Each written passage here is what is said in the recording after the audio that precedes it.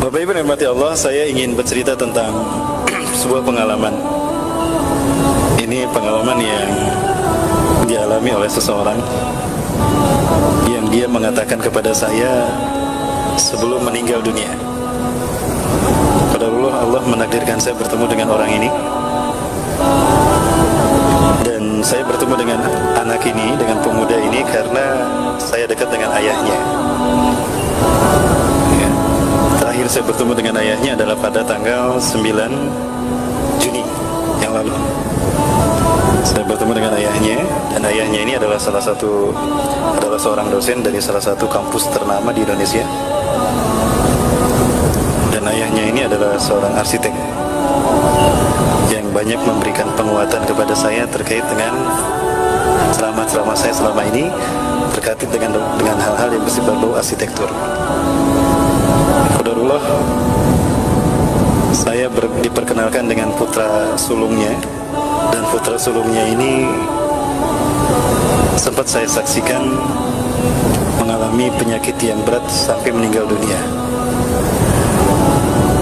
Nah, apa yang beliau saksikan, apa yang beliau ceritakan, para sekalian yang dirahmati Allah, satu kesaksian dari beliau sendiri, walaupun agak berat untuk menyampaikannya, karena pasti berita ini tidak akan membuat orang mudah percaya. Beliau bukan percaya saja, tapi beliau hakul yakin karena mengalaminya sendiri. Terkait dengan putra sulungnya yang berinisial N. Satu peristiwa besar terjadi kepada putra sulungnya yang berinisial N ini. Ketika N ini sekolah di sebuah pesantren terkenal di kota Bandung.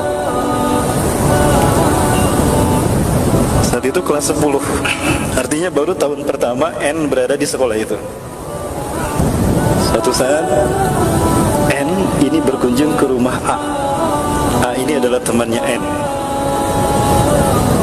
Ketika berkunjung ke rumahnya A, di rumahnya si A sudah ada si X. Nah, si X ini adalah anggota dari sekte penyembah Dajjal. Sekali lagi Bapak Ibu, ya, cerita ini terkait dengan keberadaan sekte penyembah Dajjal yang ada di kota Bandung. Nah, kemudian si X ini melakukan berbagai macam atraksi yang membuat kagum si A dan si N. Salah satu atraksi yang diperlihatkan, si X ini memperlihatkan saku bajunya yang kosong.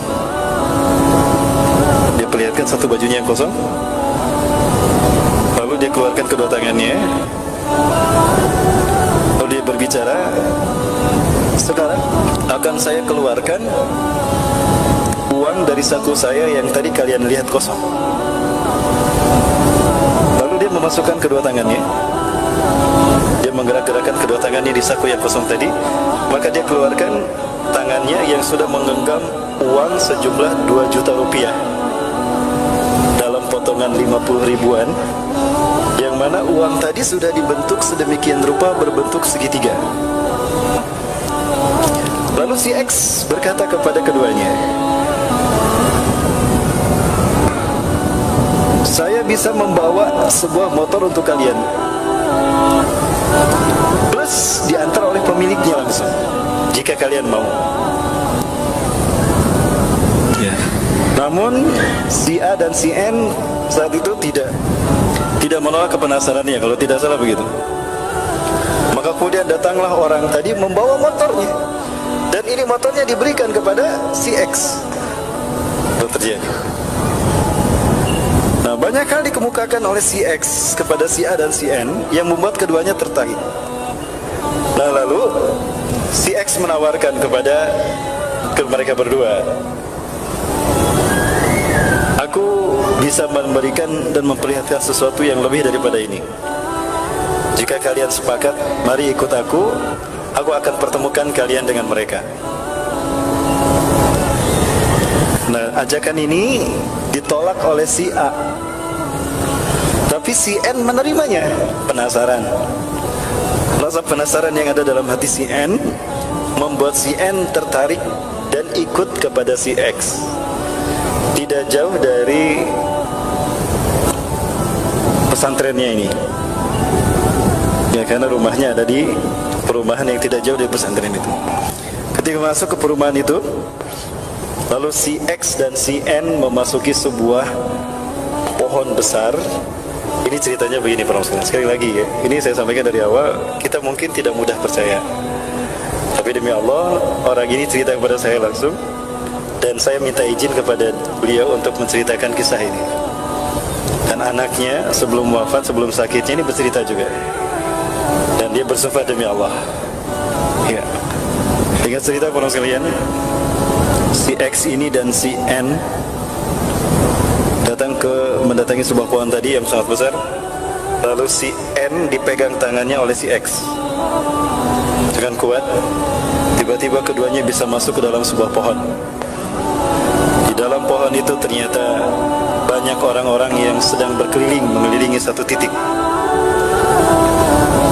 Di sana mereka sedang melakukan sebuah ritual yang cerita ini saya dapatkan juga dari mantan sebuah pengikut geng motor di kota Bandung yang terkenal. Setelah dia hijrah, dia sering hadir di kajian saya, dan dia menyebutkan satu titik yang ada di sebelah sana. Kalau kita tempuh perjalanan sekitar 2 jam, jika lancar perjalanan ataupun jika macet ya, 2 jam perjalanan sampai ke situs itu. Nah, di situs itu si teman saya ini, teman kita yang hijau ini bercerita ritual yang sama dengan apa yang disaksikan oleh N setelah masuk ke dalam pohon itu. Tiba-tiba tempatnya luas. Di tempat itulah dia bisa melihat siapapun, termasuk melihat sosok yang bermata satu. Cerita si N ini kepada ayahnya. Ayahnya berkata, "Kamu tidak berbohong kan? Demi Allah ayah, dengan perasaan takut dan saya korbankan hidup saya, jiwa saya ceritakan ini kepada ayah. Demi Allah, sungguh-sungguh ayah, saya bercerita ini, dan inilah yang menyebabkan saya seperti ini." Bayangkan Bapak Ibu, ketika si N berada di pesantren sekalipun, tidak lantas dia selamat dari propaganda aliran-aliran sesat seperti ini, yang notabene terkait dengan fitnah Dajjal, yang intinya ingin menyesatkan manusia dari tauhid, dari siratal mustaqim. Kemudian cerita berlanjut. Orang-orang di kiri kanan itu memegang tangan kanan dan tangan kiri si N. Lalu ritual itu dilanjutkan dengan ritual meminum darah aborsi. Dan ini yang saya sampaikan. Cerita ini disampaikan oleh beberapa orang yang ex pengikut gerakan ini, yang dia sekarang masih hidup. Mereka masih hidup sekarang. Tapi saya yakin mereka dihantui oleh perasaan yang sama dengan apa yang dialami oleh si N. Lama si N berada dalam gerakan tadi, dia merasa berubah, seolah ada kemampuan supranatural yang dimilikinya. Salah satunya si N cerita kepada saya sebelum saya meruqyah dia. Ya. Kalau dia bisa mengetahui apa yang akan dilakukan oleh seseorang. Tidak jauh dari tempat kita ini ada satu peristiwa di mana si N itu bisa mengetahui ada seorang pencuri yang akan mencuri ke sebuah toko di tempat itu. Maka saya berlari kencang. Dengan seketika saya berlari kencang dan sampailah saya menangkap tangan si pencuri tadi.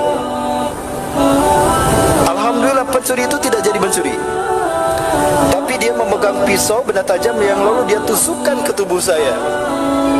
Saya kaget ketika saya menyaksikan tubuh saya kebal, tidak terkena. Walaupun ditusuk, tapi tusukan itu tidak mempan.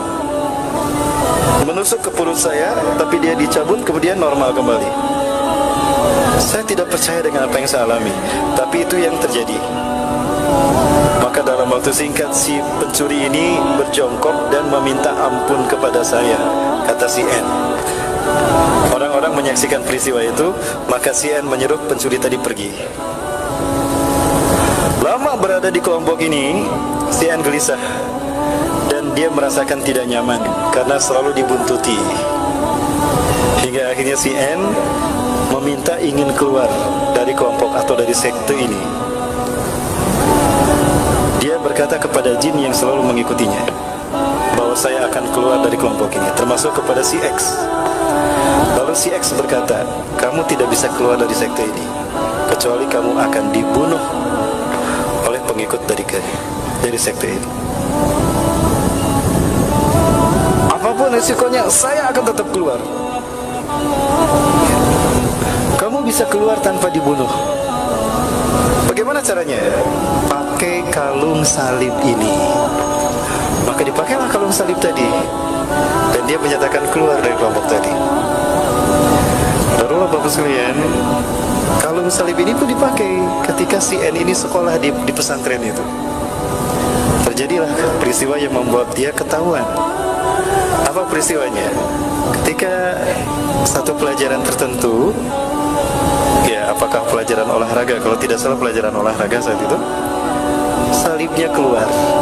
Dan ketika salibnya keluar, ustadznya kaget menyaksikan si N menggunakan salib. Allahu Akbar. Apa yang kamu lakukan? Sini, ini kalung apa? Ini kalung salib. Si N kaget ketika ketahuan dia memakai kalung salib. Maka dipanggillah orang tuanya, dan itu dianggap sebagai sebuah kenakalan. Nah, orang tuanya ini adalah teman saya, yang tadi dikatakan dosen salah satu universitas ternama di kota Bandung, dan dia seorang arsitek. Maka diperingatkan dan dikasih teguran, si N masih bisa sekolah di pesantren ini. Ringkas cerita, si N ini mengalami sakit parah. Di sela-sela sakit parahnya inilah dia terus terang kepada ayahnya tentang apa yang terjadi. Ketika dia terus terang, dia takut merundukkan pandangannya. Kenapa? Ada sesuatu mengawasi saya.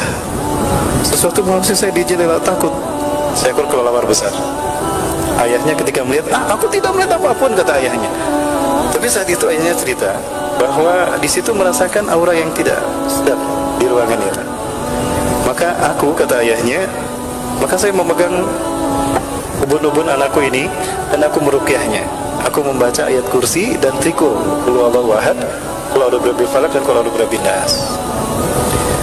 Alhamdulillah dia bisa kembali tenang. Lalu dia cerita, dan inilah yang dia ceritakan, Bapak Ibu. Kisah kalau dia pernah mengikuti sekte penyembah Dajjal yang kerap kali melakukan ritual rutin, yang satu ritualnya adalah meminum darah aborsi. Yang cerita seperti ini bukan satu orang, kepada saya pribadi, demi Allah, dan saya bisa mempertemukan Bapak dengan orang lain yang sempat bercerita pada saya.